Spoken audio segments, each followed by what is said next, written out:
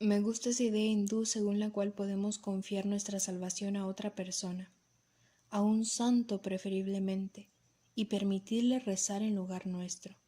Hacer cualquier cosa por salvarnos es venderle el alma a Dios. ¿Acaso tiene el talento necesidad de pasiones? Sí, de muchas pasiones reprimidas. Haubert. No hay un solo moralista francés al que no se pueda convertir en precursor de Freud.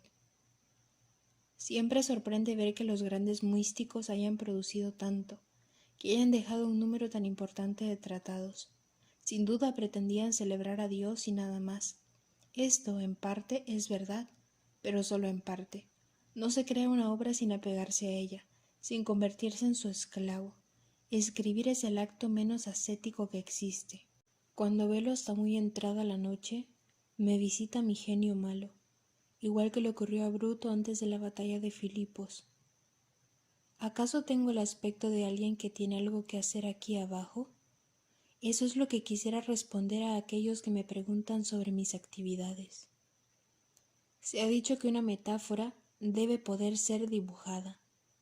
Todo lo original y vivo que se ha hecho en literatura desde hace un siglo desmiente esta observación, pues si algo ha persistido es la metáfora de contornos definidos, la metáfora coherente, y la poesía no ha dejado de rebelarse contra ella, hasta el punto de que una poesía muerta es una poesía atacada de coherencia.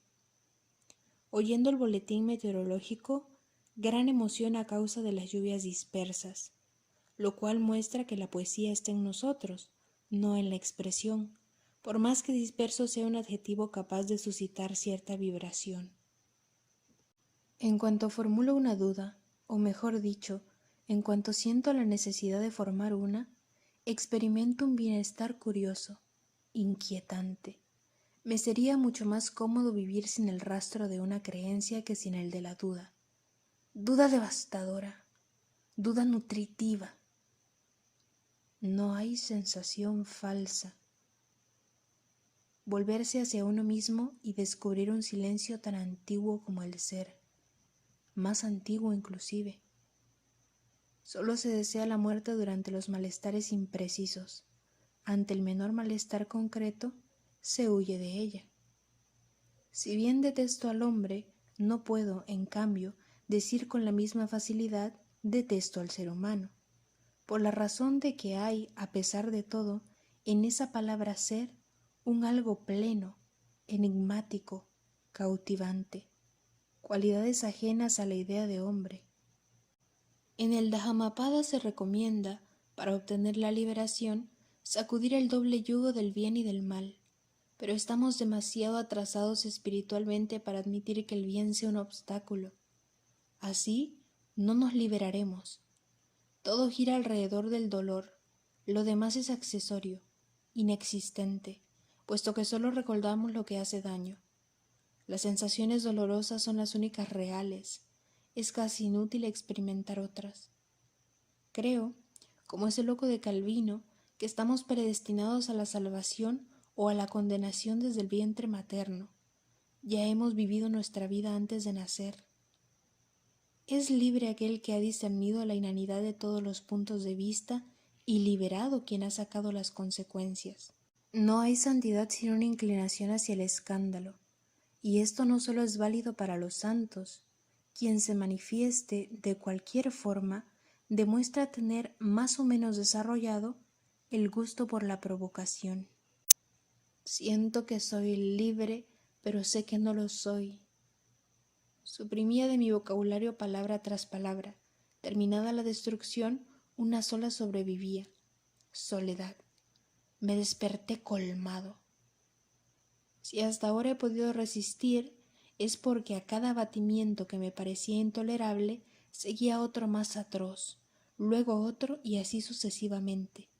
Si estuviera en el infierno, desearía ver multiplicarse los círculos para poder esperar una nueva prueba, más rica que la anterior, política saludable, al menos en materia de tormentos. Es difícil saber qué fibra nuestra hiere la música.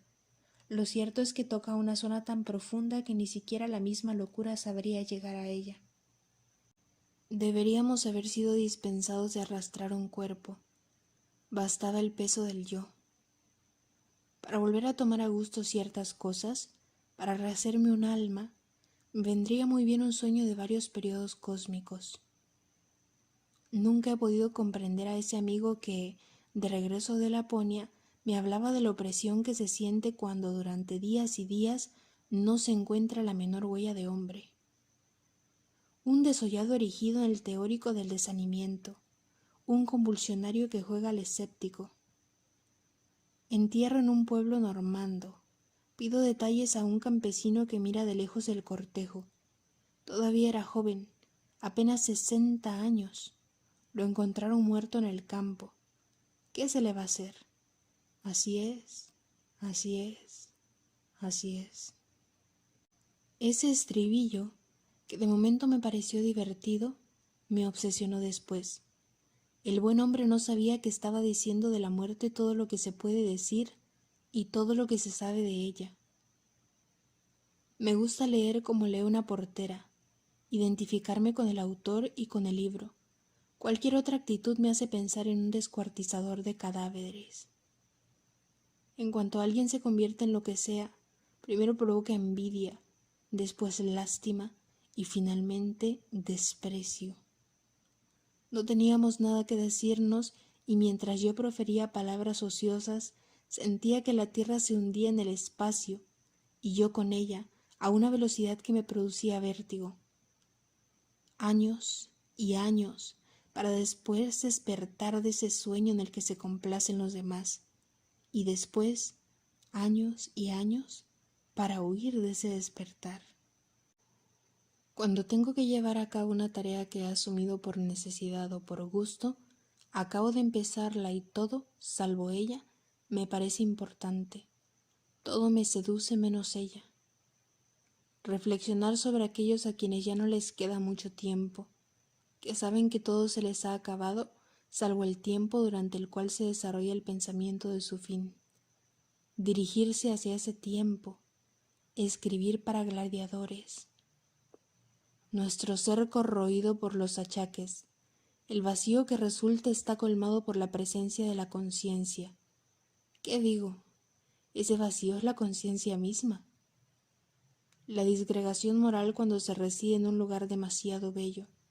El yo se disuelve en contacto con el paraíso. Sin duda, el primer hombre, para evitar ese peligro, hizo la elección que ya conocemos. A fin de cuentas han existido más afirmaciones que negaciones, por lo menos hasta ahora. Neguemos pues sin remordimiento, las creencias pesarán siempre más en la balanza. La sustancia de una obra es lo imposible, lo que no hemos podido lograr, lo que no nos podía ser concedido, es la suma de todas las cosas que nos fueron negadas. Cuando buscamos fuera de lo que solo puede existir en nosotros, a todos nos sucede lo que a Gogol, quien, con la esperanza de una regeneración, se aburrió en Nazaret lo mismo que en una estación en Rusia. Suicidarse por ser lo que se es, pase, pero no porque la humanidad entera pudiera escupirle a uno en la cara. ¿Por qué temer al vacío que nos espera si no difiere en nada del que nos precedió? Este argumento de los antiguos contra el miedo a la muerte no puede servir de consuelo. Antes se tenía la suerte de no existir, ahora se existe y es esa parcela de existencia, o sea, de infortunio, la que teme desaparecer. Parcela no es la palabra, puesto que cada cual se prefiere, o por lo menos se iguala al universo.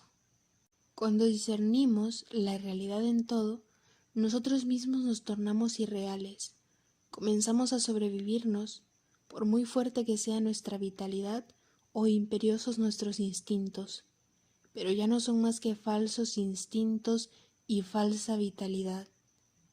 Si estás condenado a atormentarte, nada podrá impedirlo.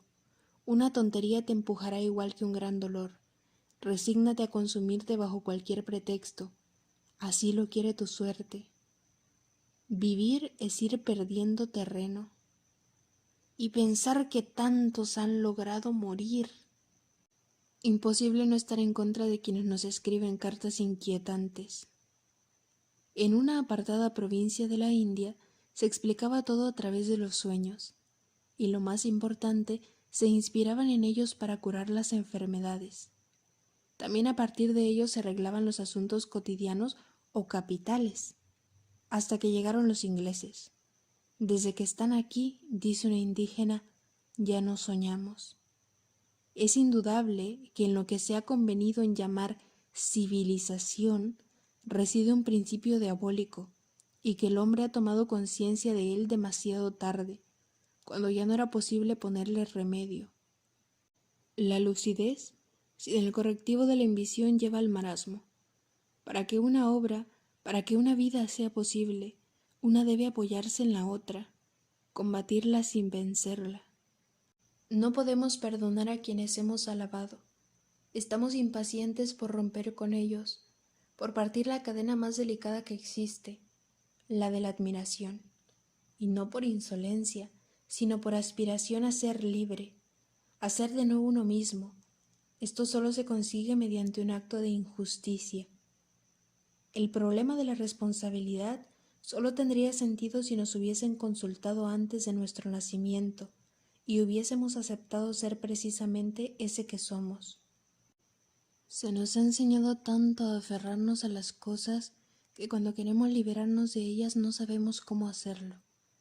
Y si la muerte no viniera a ayudarnos, nuestra terquedad por subsistir nos haría encontrar una fórmula de existencia más allá del desgaste, más allá de la misma senilidad.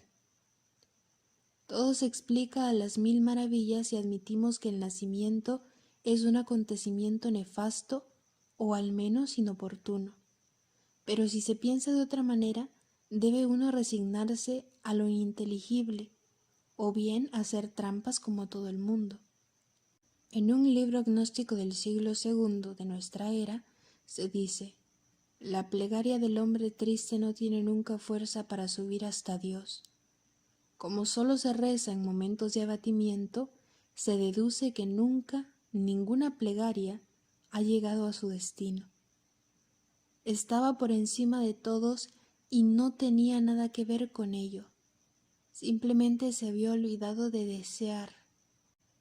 En la antigua China, las mujeres, cuando eran presa de la cólera o de la pena, subían en pequeños estrados levantados a propósito en las calles y daban libre curso a su furor o a sus lamentos.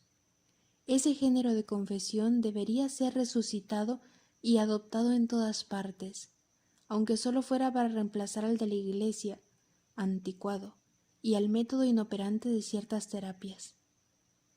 Ese filósofo carece de compostura, o para decirlo en la jerga filosófica, de forma interior. Es demasiado elaborado para estar vivo o ser solamente real. Es un muñeco siniestro.